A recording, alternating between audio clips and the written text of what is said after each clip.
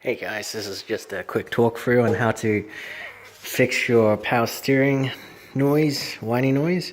I had a dreadful whiny noise for a while and was going to replace the power steering pump, and then I read online you could just replace the O-ring. See if that works. If not, then replace the pump. So here's how you do it. Originally, I bought a genuine Subaru part, the O-ring. It broke, literally.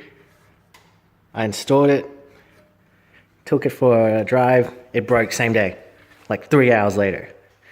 So then I just went and bought a sorted kit of O-rings, because if the genuine part's that shitty, I'm not going to buy it again. So anyway, here's how you do it. Normally you'll have a cover plate. My one's aftermarket, but your one's might be a black plastic cover plate, heat shield. So you take that off, and then you come here, you unscrew that, this will pop off. When that pops off, there would be an O-ring attached to this pump here. So normally what happens is this O-ring here wears out, becomes brittle, or snaps. That's why you get the whiny noise, because there's air going into the closed system. So I just literally... It's got one of these smaller ones. It was too tight for it, so I stretched it around it, shoved it in, tightened the screw, went for a drive, and it's all good now. No whiny noise.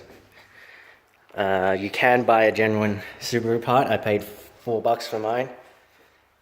But I bought this whole kit of O-rings, assorted O-rings. Found one that matched. It was like $3 for the whole thing. So I hope that helped.